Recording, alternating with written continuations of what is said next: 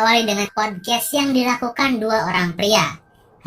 Mirip-mirip podcast zaman sekarang ya, hanya saja mereka membahas tentang hal-hal konyol yang mengerikan. Seperti ketika mereka melihat sebuah video yang sok-sokan membawa samurai untuk berlaga di depan kamera. Intro dulu, Bogeng. You're never gonna make it, you're not good enough. There's a million other people with the same stuff. You really think you're different, man, you must be kidding. Think you're gonna hit it, but you just don't get it, it's impossible. Namun secara tidak sengaja, samurai itu malah memotong kakinya sampai putus. Dan itu malah menjadi bahan candaan topik podcast itu. Dan mereka berbicara, ya seharusnya anak itu tidak bersedih karena videonya ditonton jutaan orang dan menjadi trending.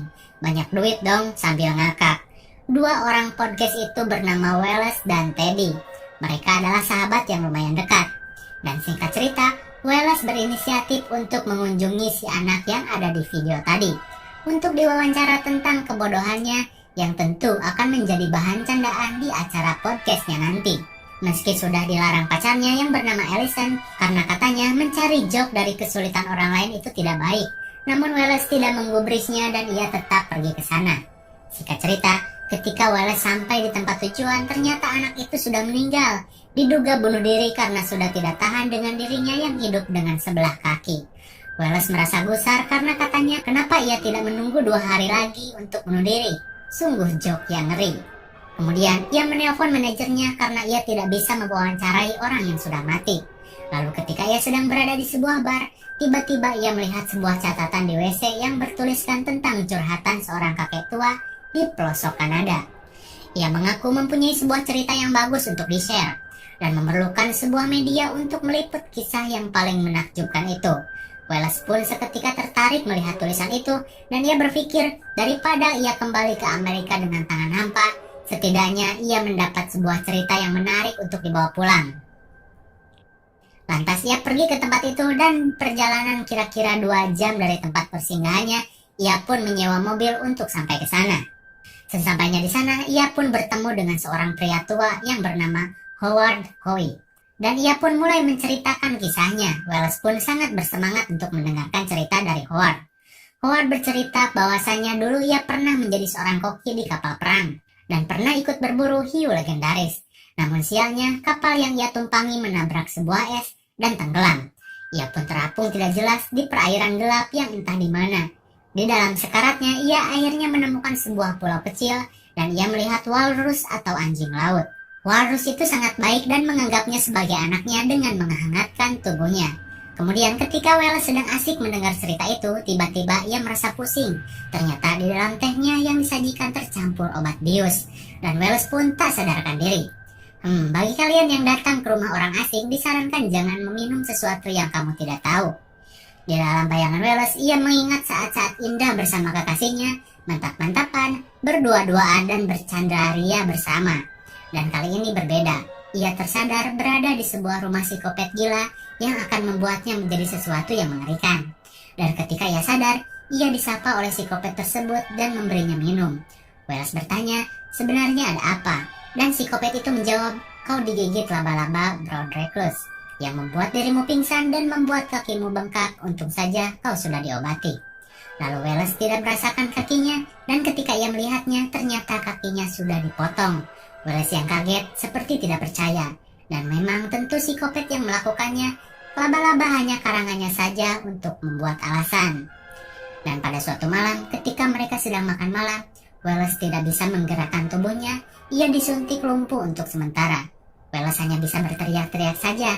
Dan di sini Wallace mengetahui kalau dirinya akan dijadikan seekor walrus. Di sisi lain, pacar Wallace yang berada di Amerika dan khawatir dengan keadaannya, ia seperti terlihat curhat dengan seorang laki-laki lain. Di pembicaraannya kita tahu bahwa pacarnya menganggap Wallace berselingkuh dengan tidak mengabarinya berhari-hari. Kemudian ia menelpon Wallace, dan Wallace yang hopeless mendengar deringan HP-nya yang sedikit aneh. Namun ketika ia akan mengangkatnya, teleponnya keburu mati. Dan Wallace mencoba menelpon balik pacarnya, dan tidak diangkat karena cuma pakai getar aja. Lantas ia mencoba menelpon temannya yang bernama Teddy, juga sama tidak diangkat, karena ternyata Teddy sedang bersama pacar Wallace. Di sini kita melihat sedikit skandal yang epik teman makan teman. Tentu Teddy tidak akan mengangkat HP-nya karena sebentar lagi ia akan mendapatkan pelayanan yang memuaskan dari pacar temannya yang sedang kesepian. Di keesokan paginya, ketika mereka terbangun dari bobo enak, pacarnya melihat HP-nya dan panggilan tidak terjawab dari Wallace. Ada voice note yang berisikan permintaan tolong Wallace dari psikopat yang akan merubahnya menjadi anjing laut.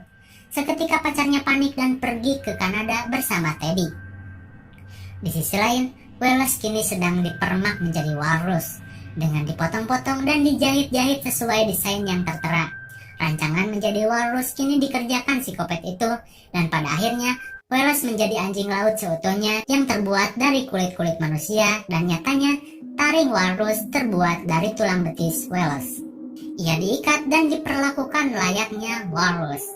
Kemudian Wallace diseret masuk ke dalam air karena katanya anjing laut harus bisa berenang. Dan ketika Wallace ditarik masuk ke dalam air, ia pun merasa kesulitan dengan tubuh barunya dan ia pun tenggelam. Ketika di dalam air, ia melihat ada bangkai walrus yang lain dan tentu terbuat dari manusia. Ia kaget karena ternyata bukan hanya dirinya korban satu-satunya, dan banyak sekali korban sebelum Wallace yang dibedah-bedah di tempat itu. Di sisi lain, Teddy dan Allison yang sedang sibuk melacak keberadaan Wallace, ia mencari ke kantor polisi dan ke tempat penyewaan mobil, namun hasilnya nihil. Namun ia mendapat sebuah pencerahan dari seorang detektif aneh yang katanya dulu ia pernah mencari tahu tentang pembunuhan berantai. Dalam 10 tahun ia terus mencari kasus ini, namun tidak pernah terpecahkan. Katanya, mayat-mayat dari hasil pembunuhan itu selalu dalam keadaan aneh, dengan kaki yang dipotong dan tangan yang dijahit ke badan. Lalu di mulutnya pun sudah terpasang taring panjang yang terlihat seperti taring walrus.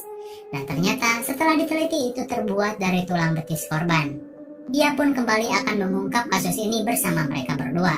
Di sisi Wallace, kita melihat psikopat itu sedang berbicara kepada Wallace yang sudah menjadi walrus. Ia berbicara tentang kecintaannya terhadap walrus yang dulu pernah menyelamatkan hidupnya. Lalu Wallace pun diberi makan ikan. Mau tidak mau karena Wallace pun lapar, ia pun memakan ikan itu mentah-mentah layaknya anjing laut. Dan psikopat itu merasa senang karena Wallace sudah semakin mirip dengan walrus. Di hari berikutnya, kita melihat Wallace sedang belajar berenang bersama dengan psikopat itu. Ia berenang sambil bercerita. Ternyata dulu psikopat itu waktu terdampar, ia terpaksa harus membunuh walrus yang menyelamatkannya untuk bisa makan dan bertahan hidup. Dan ternyata psikopat ini merasa bersalah seumur hidupnya dan ingin membuat walrus yang diberi nama Mr. Tusk itu hidup lagi. Entahlah, emang pikiran psikopat udah gila dan gak rasional, jadi jangan terlalu difikirkan. Kembali ke sisi Allison, ia bersama Teddy dan detektif aneh itu mulai mencari dan menelusuri jejak Wallace. Ia melihat mobil Wallace yang tercebur ke dalam air dan diduga dibuang dengan sengaja. Jelas mereka semakin dekat dengan Wallace dan mereka mengambil senjata karena kita tahu psikopat selalu kuat. Kemudian ketika mereka sudah menemukan tempat persembunyian psikopat itu, mereka mulai mendengar suara teriakan-teriakan aneh dari dalam rumah itu, dan ternyata itu adalah Wallace dan psikopat yang sedang bertarung. Hanya saja uniknya psikopat ini memakai baju walrus dan bertarung seperti walrus. Ia mengatakan bahwa dulu Mr. Tusk atau singa laut yang ia bunuh, ia tidak memiliki kesempatan untuk bertarung dengan dirinya yang sudah membunuh dan memakannya. Dan kini ia mau Wallace bertarung sebagai Mr. Tusk dan melawannya. Ia harus bertarung atau dia akan mati. Dan meski Wallace menang, ia tidak akan pernah menjadi manusia kembali. Lalu dengan amarahnya, Wallace menusuk kaki dengan taringnya dan menusuk dada psikopat itu berkali-kali menggunakan taringnya. Dan kita lihat dari ekspresi psikopat itu, sepertinya ia merasa lega karena ia sudah tidak merasa bersalah lagi. Dan menganggap Mr. Tusk sudah membalas apa yang telah ia lakukan kepadanya. Dan psikopat tua itu mati. Ya emang psikopat udah tua, jadi ia lemah dan mati. Tak lama berselang, akhirnya Allison dan Teddy sudah sampai di tempat itu dan kaget melihat kondisi Wallace yang sudah menjadi anjing laut monster. Ya, bayangin aja, pacar lo rupanya jadi kayak gitu. Jir, ngeri parah. Lalu ketika detektif aneh itu datang, ia melihat Wallace dan berasa kalaupun dia hidup, Wallace akan hanya mendapatkan penderitaan. Jadi ia memutuskan untuk menembak Wallace, namun dihentikan Allison. Hingga 1 tahun berlalu, kita lihat Allison dan Teddy sudah menjadi sangat dekat. Dan ternyata mereka datang ke sebuah kebun binatang tua. Oh my god, masa si Wallace mau dimasukin kebun binatang? Dan ternyata iya dong. Si Wallace disimpan di kebun binatang dan Allison berbicara dan mengingat masa-masa indah dulu. Namun kini semua sudah berubah. Si Wallace sudah nggak bisa lagi merasakan keindahan dunia. Jadi ia harus menjadi walrus di kebun binatang tua yang sepi pengunjung seumur hidupnya sampai ia mati. Dan di akhir, Allison memberikan ikan dan dimakan oleh Wallace. Ia pun berbicara, "Aku selalu mencintaimu," dan Allison pulang. Lalu Wallace pun menangis dan film pun berakhir. Kesimpulan singkatnya adalah, psikopat yang tadi adalah seseorang yang terobsesi dengan walrus yang telah menolongnya dulu waktu ia terdampar. Dan ia malah memakan walrus itu demi bisa bertahan hidup. Ia pun merasa bersalah seumur hidupnya dan berusaha membuat walrus yang mempunyai hati seperti Mr. Tusk dulu. Dan karena ia tidak menemukan walrus yang mempunyai hati karena memang binatang ya, ia pun berinisiatif untuk membuat walrus yang terbuat dari manusia yang jelas memiliki hati. Ya intinya itulah.